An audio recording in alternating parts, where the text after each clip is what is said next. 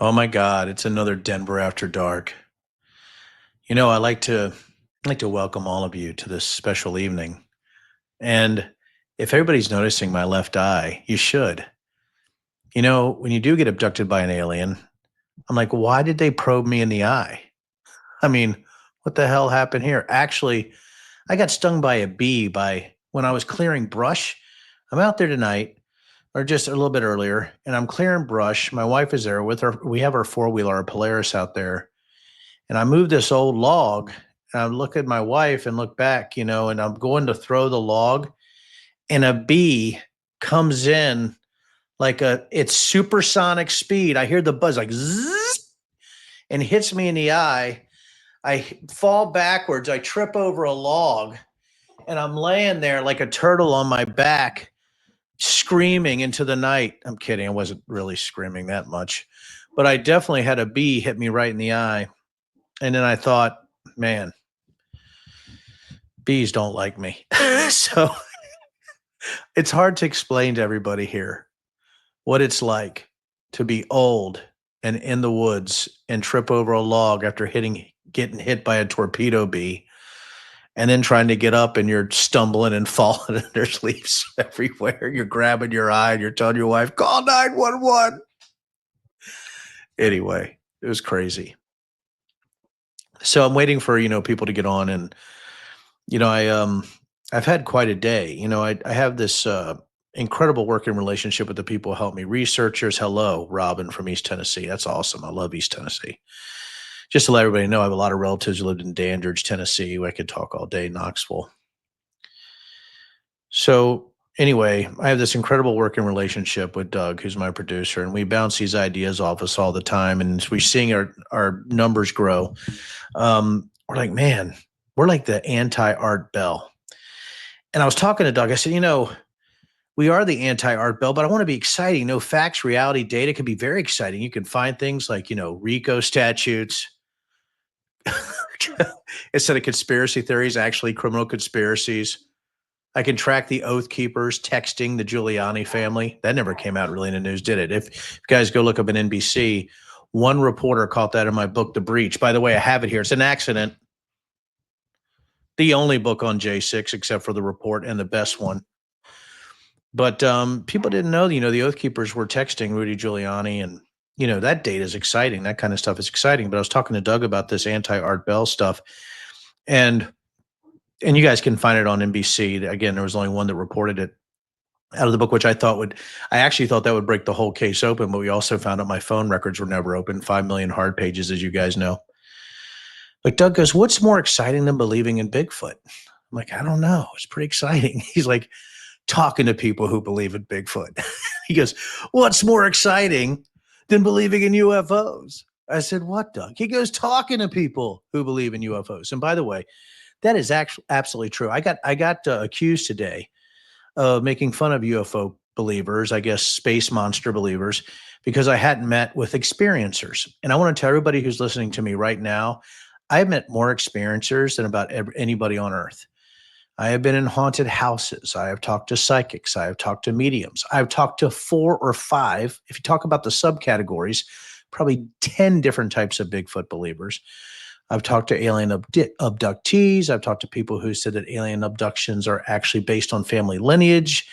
I have talked to interdimensional being believers. I have talked to Smokefoot believers. Smokefoot. You guys do know that if you have enough smoke in the woods and there's a dimensional portal, the Bigfoot likes to stick his head through it. Look around. Because for some reason, he wants a big snort of cigarette smoke or cigar smoke. What's interesting is pot smoke seems to create a lot more of these Smokefoots than anybody else or anything else I've heard. So we have all this going on. So now that we have enough people on, after 4.5 minutes, I got a story for you. So I was in the military. I actually left the military in 2003 at the National Security Agency. Yes, the National Security Agency. So you know this story. It's going to be chock full of deep state and globalist conspiracy theories. So anyhow, I had this good friend of mine who was a former Marine officer, and he retired at quite a high level. We were working in the same office together. We were actually looking at intelligence, surveillance, and reconnaissance assets globally, which means I was doing some pretty top secret stuff, much more secret than David Grush, the UFO believer. Anyway, so I was doing some incredibly secret stuff. Well, this guy had heard, because I told the stories in the office, about my Bigfoot expeditions and the people that I met. And it was about 2004 to 2007 where I was formulating this book about Bigfoot believers. And you guys know, called Bigfoot is Complicated, because the people I were talking to sort of hated each other. There were Bigfoot believers. There was something called Bigfoot forums, which I still think existed. But back in 2004, 2005, 2006, they had the weirdest stories on there. Most of the things on Bigfoot forums were always talking about mating habits and genitalia and is there cross mating and stuff like that? And there's a reason I'm talking about that, because this is part of tonight and the congressmen and congresswomen who believe all this. So anyhow, I'm talking in the office. I'm sort of laughing about it. I'm like, I have this guy who believes that Bigfoot is a quaventalor, that it's an interdimensional being, right, that can come through these portals, and that's why you can never kill them. Now, I didn't know that about a book called The Voyagers by Ashiana Dion, right? And in The Voyagers, you had all these different types of alien types, like the Branu, the Anunnaki, the Dracos, and the quaventalor. The quaventalor, right, was sort of this scout who was trying to help the good aliens or the good interdimensional beings fight the bad interdimensional beings in the 5 harmonic universes that were trying to take over our dimension. Yes, that sounds a little nutty, but that's what they believed. I didn't know it then. And you know who I learned it from? The Marine colonel. Yeah. So he goes, well, Denver, it's true. I'm like, yeah, okay. Yeah, all right. Now you got to remember, guys, I'm 55 now. Then I was 35 to 37. You think I was brash now? You think I'm brash now? Yeah, I was a little arrogant then, a little bit of an ass. So I'm sort of making fun of it. He goes, well, how about this? He goes, usually go home, right, on Thursday nights all the way back. I lived in West Virginia, 192-mile drive back and forth. So he goes, why don't you stay the night tonight? In the morning, we'll discuss, tonight, tomorrow, I'll educate you on what Bigfoot actually is. So I go to his house, stay the night, get up in the morning, have one of the most bizarre things. I don't even want to go into it because it was a bizarre morning. But I was sort of eating breakfast by myself in the dark. I had found some cereal and some skim milk, and I'm like, where is this guy? And he comes down like at 10 a.m. I'm like, my God, I thought you were a Marine. So anyhow, but there's a lot more to the story, and that's probably another show. So he comes down, he goes, Denver, it's time to talk. And he said, I know your house is haunted. I said, you do? He goes, yes. I said, how? He said, Bigfoot told me. I said, explain to me this quaventalor, this interdimensional Bigfoot. And he goes, it hovers over my bed. And when it talks to me, right, it telepathically talks to me. I said, does it know all the languages of the world? Now, that's an asshole question. That's called stump the dummy, right? He goes, well, it speaks a universal language. It's feelings and lights and certain types of words that all of us understand. But like sacre bleu? I don't know. How many words do we all understand? So he goes, Bigfoot told me you have a spirit in your daughter's bedroom. I'm like, okay, this is getting a little bit nutty. And he said, but Bigfoot comes to me often. It's how I make my decisions for my career and things of that nature. So I had one more question. I know everybody here is dying to hear what my last question was, because I was enthralled. I read the book Voyagers. I know about the CDD plates. I know about Kalantic science, right? I know about the harmonic universes. I know we're in a 260 million plus year war between the harmonic universes with people like the Dracos, reptilians, trying to take over, the world. And I said, hey, he floats over your bed like horizontal. And I'm doing this. He goes, yeah. I said, is it male? Like, that's awkward. I mean, that's really awkward. I mean, Bigfoots are naked, so, I mean, what's going on here? Like, this is a little nutty. So why would I talk about my Marine friend who believed that the quaventalor was giving him prophecies, which I found out was much more prevalent, because this interdimensional being thing is so huge. And I was looking at the David Grush, Russ Coulthart interview earlier today, and he was also talking about that maybe they're not aliens, maybe they're from other experiences, other dimensions is what he was talking about, which is, utter complete bullshit. And so, I wanted to talk about some of the things that are happening today, but I need to talk about something else that's going on that interlinks with this. And it's exactly right, Tim. It is like Scientology meets the $6 million man meets X-Files. As you know, Bigfoot did fight a space alien. Bigfoot. Come on now. Let's go. You guys want to come at me? Come at me. So anyhow, you can't, like nobody can. Like I am a absolute encyclopedia of batshit crazy conspiracy theories and nuttery and the interdependencies of them, Tim.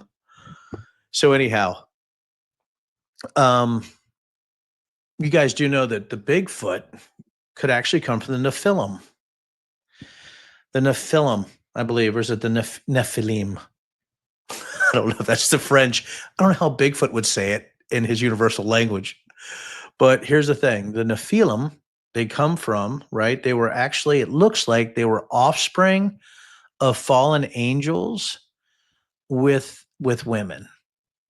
A little nutty, but they said it's in the Bible, So I think we might have some pictures of them. Doug, I don't know. Do we have a little screenshot of the Nephilim and the gods of the old world? UFOs and alien abduction. Transhumanism and artificial intelligence. Wars and rumors of wars are all converging at the end of the age in fulfillment of biblical prophecy. Join me and other engaging speakers in beautiful Bozeman, Montana for an epic event like no other. NEFCON 2025. What began on Hermon ends at Armageddon. What the fudge? I mean, and we have congressmen at that event. That was in June 2025, and we had one congressman we know of, Eric Burleson, was there. But it doesn't mean, and God bless everybody here, but that Tim Burchett, right, Anna Paulina Luna, all the way up to J.D. Vance, everybody on the UAP task force in Congress. Listen, if you're on it, I don't care who you are. I'm going to make fun of you mercilessly if you're on a UAP task force or caucus. Some say I'm a lucky grifter. Some say. So anyhow, as Doug surprises me with his inserts. Oh, we're not talking about alien probes yet. So anyhow, craziness. So when I found out that we had a congressman going to this Nephilim conference, or NEFCON, in Bozeman, Montana, with a bunch of grifters paying premium tickets to see a congressman speak about this, we also know that Eric Burleson is a bit of a believer in angels, and also wants to get to the bottom of things, also believes that there's 4 different UFO species, which if you read the Voyagers or any of the Voyagers, there's a lot more than that. 4. I can name that off the top of my head. You know what I mean? So 4, there's a lot more than 4. Liars. I mean, who's keeping these classified records? There's at least 100. I mean, God. So, again, people making policy. So I'm thinking about this and this belief from people making policy and these sort of interleaved, interdimensional angels, UFOs type of ridiculousness. And I know I've warned before about these crazy belief systems, but I have to make a confession. I've also had some experiences. I'm also a bit of an experiencer. So it's hard to come to grips with this. And but I wanted to share a little bit because I was wearing a GoPro when I was actually abducted. And I shared that with Doug, and he said I had to share it with the world. Doug, could you please share what happened to me?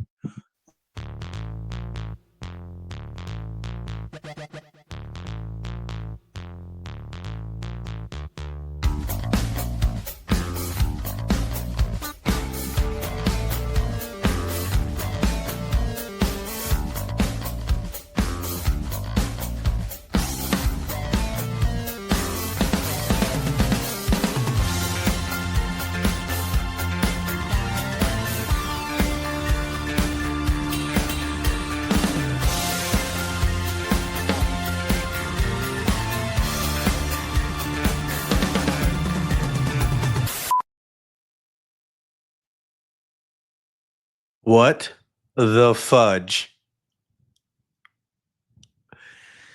As you can see, I'm just like Whitney Strieber, and that I danced with the aliens, although he danced naked. If you watch the movie Communion, it's based on a book called Communion, which me and Doug also are big fans of stupidity on a level that is almost hard to define. But the here's the it is the universal language. So the issue that I'm having and what I'm talking about with everybody here is that I almost want to play it again. Doug, I mean, should we play it again for everybody? I don't know. Is this overdoing it? Can we just play this for the rest of the show? I think for the next 20 minutes we should play it. If you get it up, just cut me off if you want to play it anytime. Just surprise us, as I'm talking, and then we'll just go right to it because I know you can mute me anytime you want. You guys are like, Denver, why the stories? And a lot of times I try to make it a little bit fun because it's so insane. I do dance with those aliens. If you go and watch the interview with Russ Coldhart and Whitney Strieber, and it talks about things that are so beyond the pale. And when you look at the congressional representatives who believe this, I'm telling you that any type of belief like this is indicative of the larger problem of delusion-based policymaking. And it's something that I think you need to bring up with friends, is that if people are making policy that believe this, but they're also making policy, and I'm not trying to go against Christianity or other religions, but if your policy is based on a supernatural voice being, sort of injected straight into your frontal lobe, I don't think I want those people doing that. I had that issue. And I will even tell you this with the new crypto bill that came up, and this is something that I need to tell everybody. I know 100% why the crypto bill had such a tough time passing. Now, I'm against the crypto bill, and I know why they had to keep changing the language. Would you guys like to know why that the Republicans had to keep changing the language on the crypto bill, right? And maneuvering and manipulating the language in such a way to get it passed through the Freedom Caucus. Are you guys ready for this? I hope you're ready. I hope you can guess. They thought that the language was actually the mark of the beast and was polluted by demonology and Satanism. True story. We are in very dangerous times. Very dangerous times. And if we have people who believe that communion is real, we have reporters that if we have reporters humoring this kind of ridiculousness, and they're interviewing congressional representatives or elected representatives or in the executive branch or even the legislative branch or the judicial branch, if these people believe it and they're humoring them and talking to it about them, it's actually spreading this filth, this disease, this disinformation, this propaganda, this superstition, this fantasy, right? This religious belief that aliens, angels, interdimensional beings, Nephilim, all that is all related in some kind of a plasma world, right? And it's giving you something. It's giving you prophecy. It's telling what you have to do, right? And you think about, what Pete Hegseth just retweeted from a Christian nationalist church that he goes to, that there should be household voting. Women shouldn't vote because of religion, because of a supernatural voice, because that's what they think. And it's ludicrous. And looking at these people sitting down, that those very people that are talking about that women shouldn't have the right to vote, right? That crypto is the mark of the beast and satanic, that we should be writing all of our laws based on the Bible, which is the guy I ran against. He thought that. And I mean, this was a guy who even thought that condoms were against the word of God. And I'm like, I didn't know life began at erection. I mean, is that where we're at now? So, I mean, these are all the things that we have going on, as we're going forward. And that's why I do Denver After Dark. And that's why I wanted to grow. Listen, I'm not going to give you guys hyperbole and specific idiotic things or try to get you fired up, with weird, thumbnails and stuff like that. Doug and I just aren't into it. I think what's happening in the world right now is weird enough. We don't have to make anything up. Let me say that again. We don't have to make anything up. What you're seeing is what you're seeing. Believe your eyes, believe your ears. This is facts-based stuff. That's what's happening.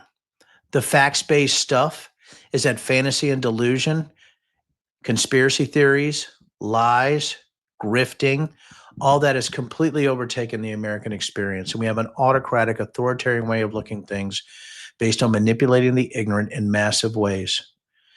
And if you're watching Ancient Apocalypse or you're watching Ancient Aliens and you believe it's true, you're part of the problem.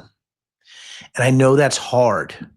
I know it's hard. You might have your best friend might love Ancient Aliens. Or my pet peeve, Skinwalker Ranch. Maybe the dumbest show ever made, except for Expedition Bigfoot, as I've said before. Where do we go from here? I think where we go from here is we have this existential fight in front of us for facts, right? This existential battle for truth. Not your truth or his truth or her truth or Heaven's Gate's truth or Jim Jones's truth, right? Or Donald Trump's truth. It's our real, facts-based, data-driven truth. There has to be a truth or we're in really big trouble. Lastly, so my Marine friend comes over to my house and he has a really bizarre mix of things that he brings with him based on what Bigfoot had told him. If you guys remember the story at the beginning with the Marines, I know some people have joined a little bit later, but I have a Marine friend who believed interdimensional Bigfoot would hover naked over his bed and give him prophecies through telepathic universal language love. So when he said that there was something in my house, he comes over. I invite him to dinner. My wife humors that, even though she thought I was frankly insane to invite this guy over to our house, and he has dinner with us and our daughters. So he brings a figurine, one of the saints, Catholic saints, and he buries it in my yard. Then he comes up into the house. We have chili that night, I remember, with some excellent sweet cornbread. And he said, we need to go up to your daughter's room. And we went up to our room. I knew it was possessed because the room was actually clean. It had never been cleaned before. It's a joke. So we go into my 12 years old room and we get in a circle and we're holding hands. And he actually calls on Bigfoot, the Quaventulor, that interdimensional being, that big hirsute love muffin from Harmonic Universe 2, to come in and get rid of the spirit and send it home. And that's what happened, as far as I know. So we're sitting in the circle, and it's just bizarre. I still like the guy, but I didn't want to go to any parties with him anymore. I mean, listen, I love talking to people. You can bring me anything. I will talk to you about anything. Hell, I won't even be judgmental. I really wasn't then. But it gets to a point where belief systems can overwhelm even somebody who appreciates different types of belief systems, because it gets in the way of real conversation and the ability to see the world as it is. And if there's anything that I want to do, and there's anything I want to impart to everybody, see the world for how it is. Don't see the world for the way you want it to be. And it's just not going to happen.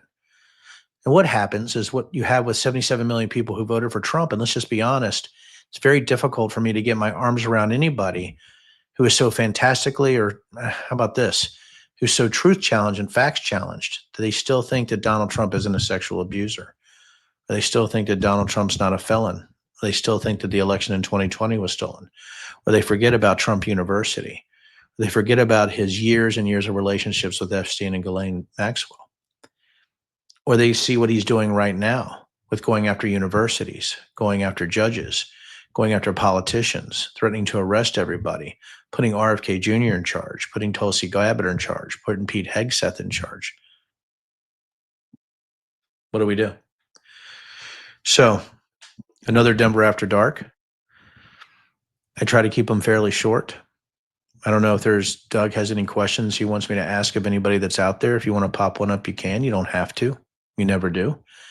This is not a show with pressure. This is a show where we want to talk about the bad things that actually happen, but we actually want to put a spin on it so you can fight.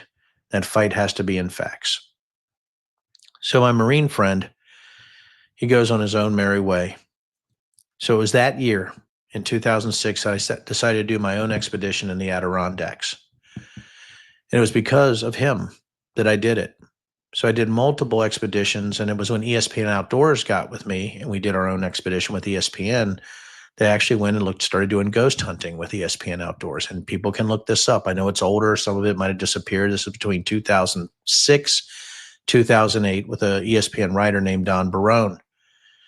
It was then I got my first death threats.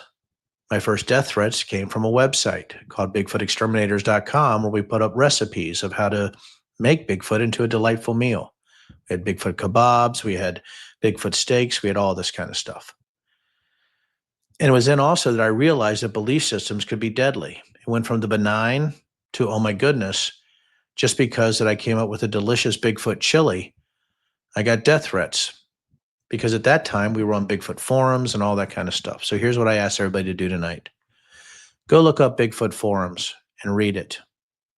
If you want to, and I am not telling you guys to do this because I'm selling anything, because Bigfoot is complicated. It's been out for a while now, but it is on audiobook with actually Bigfoot sounds. It's cheap as hell. I wish I could gift it to everybody. But if you look at that, look at all the stuff that I found on Bigfoot forums, you'll be shocked. I think you also got to go look at the UFO forums and the alien forums. Look at X. Look at Blue Sky. Look at what's going on there. X has like UAP James and all these people that are just reposting this stuff, and Shadow of Ezra and all that kind of stuff. People being blinded by stupidity. So anyhow, what I ask you guys again, go out there, do great work, and I'm here for you.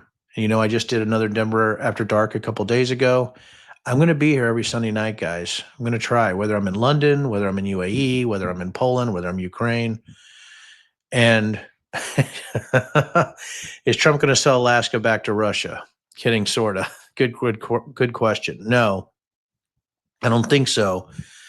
I think that Trump brought him to Alaska because Putin didn't want to fly very far. And what's interesting, I just heard that the meeting is in Sarah Palin's backyard. No? I thought it was pretty good. How do I think this Epstein saga will end, Denver? Okay. Thank you, Tony, for the question. Here's how it's going to end. There will be nothing released of any consequence on Epstein. They will try to make it go away. They're going to completely flood the zone with crap, right, in order to try to get everybody's attention away from Epstein. That's why you're seeing all the things happening now. You're seeing the Alaska, but the Census Bureau, those conspiracy theories are going to be huge. They're going to try to get a lot of voters tossed out, because the best way to actually steal the 2026 election is through disenfranchisement. So it's pretty interesting that you asked that question. I appreciate it, because that's what all this is about, guys. It's about 2026. This is about getting people weirded out, disenfranchising voters, lying to them, scaring them, forcing them into superstitious belief systems where they vote on fear and terror rather than facts and data, and trying to make sure that 2028 is set up for whoever MAGA wants. Now, you see the trolling going on with Trump right now with the 2028 hats. I really do think it's going to be a Vance Rubio ticket. I think that's what they're going to push. But I do think once Trump starts to diminish more and more mentally, I think you're going to see more internal civil strife within MAGA. But as far as Epstein's concerned, we have to keep it out there. All of us, we can't, for the next 3 years, we have got to hammer that this guy's protecting a pedophile. That's what we have to do. That's how the Epstein saga is going to end. I think it's going to end by us continuing to have it out there. Good question, Heraclitus. Even if Trump was in the Epstein files, would that be enough to break the spell for the cult? No, not for the baseline believers. They will never do that, because the globalists and the deep state have actually set this up. And as you guys know, the other conspiracy theory is Biden Obama planted Trump's name in the files. I don't know why, if that's the truth, they got to redact the names that were planted in the files. So, that's pretty interesting. Just another common sense Denver, sledgehammer moment. But I do think, I have to say, I want to go back to this very quickly because these questions are great. I do think the Epstein thing is what really helps, the sane to win these elections. I think the midterms could be a route. If we can make sure that democracy is protected and people can vote and the conspiracy theories don't consume, I think the Epstein thing, I think the Democrats, I think they own the House by between 17 and 25 seats going into 2026. That's my prediction. You heard it here first on Denver After Dark. That's a great question, Donna. Could you go back to Congress if given the opportunity? Just 6 months ago, I told somebody on that question, I'd rather self-immolate, right? I'd rather set myself on fire. But as I see things happening right now, I think I'm better suited probably for an executive position. Being one of 435, in the House side, one of 535, really, if you count the Senate. But, I would probably maybe run for Senate again on the Congress side, or run for Senate. I've been asked to. I've been asked to run for everything from POTUS down to Congress. The Democrats asked me to run for Congress. I had a secret group of Republicans who came to me and said, Denver, would you consider running for governor, lieutenant governor of Virginia? I had another third party reach out about president. I've had a lot of people reaching out. And what I asked the people who reached out for president, I asked them if everybody else said no. They said, that's correct. I said, okay, of course. But, with Congress and with executive positions in the state, I'm in a pretty good position. I think I probably would run for Congress again. But it's just really difficult because I just think I think your voice is sort of lost there. And I think as an executive position, I think I'd have a lot more ability to influence which way, the winds are shifting. Because I think if I'm elected to the executive, I'd be trying to give more power to the legislative branch, give it back where it belongs. But again, a lot of people aren't wired that way. They're wired to take as much power as they can. So I have to think about it. It's a great question. I wonder if I can do more from the outside, but I'm not quite sure how that will work. But I have a feeling that the abduction video you just saw might have just stopped any chance of me running again. I teach high school social studies. Thank you. This is Mr. Shear. I teach high school social studies, including a media literacy class as a semester elective. I have 3 weeks I can spend on misinformation, conspiracy theories. What do you think I should focus on? Well, I think you should start with the protocols of the Elders of Zion and track what's in that document all the way to today and look at the threading in that document. I also think once you get to the satanic panic, which is really part of this sort of historic way of looking at things, the satanic panic is the baseline for everything you're seeing today through QAnon, which I think is one of the most fascinating things to teach. It's sort of the conspiracy sticky bomb of all conspiracy theories, where everything just glommed onto it. It's like the Leviathan movie, it has everything, right? Satanic panic, global pedophilia, new world order. It's like a herpes of ridiculousness. So I think that's where you should start. But also the 9/11 conspiracy theories, I think 9/11 truthers, flat earthers, I think all that goes back to this deep state globalist belief system, which started with the protocols. So I hope that helps. And if you have any questions, you can actually, I think, Doug, we have an email, right? Isn't it like Denver After Dark? I don't know what I don't know if it's denver@denverafterdark.com, but it might be info. But I'm not quite sure, but we actually have a Denver After Dark email. I don't watch me screw something up if I try to go to it right now. It's a Gmail. Yep. So it's at gmail.com. So, oh yeah. Okay. So it's probably is it denverafterdark@gmail.com? Is that what it is, Doug? Yes. Okay. So it's denverafterdark@gmail.com. Email me. I'll try to get back to you. As you guys know, I'm pretty, responsive. So thank you guys for another incredible episode. And I know that we're going to go out with something that Doug's very excited to go out on. I don't know if you have it queued up again, Doug, but guys, I want you all to have a very good night. And I hope that the abduction video I showed you is forever seared in your conscience. Thank you very much. Denver's out. I'll see you guys this week and next Sunday night.